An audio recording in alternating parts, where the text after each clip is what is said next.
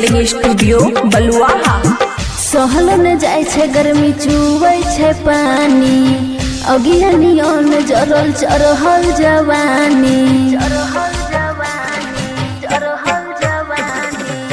सहल न जाय छे गर्मी चुबै छे पानी, अगियानियन जरल चरहल जवानी।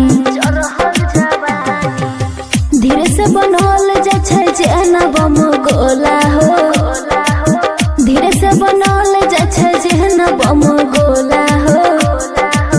जल्दी से लाई दसैया तू कोको कोला हो, जल्दी से लाई दसैया तू कोको कोला हो। DJ good Madhubani, DJ good Madhubani, जल्दी से लाई दसैया तू कोको कोला हो, कोको कोला हो।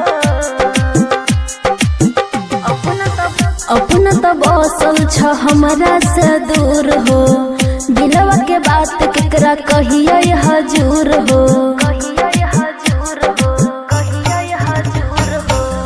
अपना तो बसल छ हमरा से दूर हो, दिलवा के बात केकरा कहिए हजूर हो। नींद न आवे हमरा जब हुक खोला हो, नींद न आवे हमरा जब हुक खोला हो। जल्दी से लाई दसैया तू कोको कोला हो, जल्दी से लाई दसैया तू कोको कोला हो।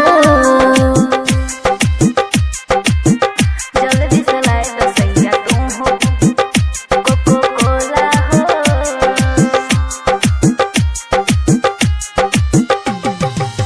राइटर सुमित साजन बनल कसाई हो, दीपल दुख जगह केकरा सुनाई हो।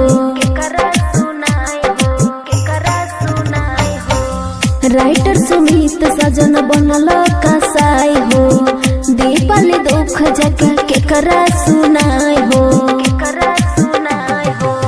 चोलिया के समान भग इने उने डोला में, चोलिया के समान भाग एने उने डोला में।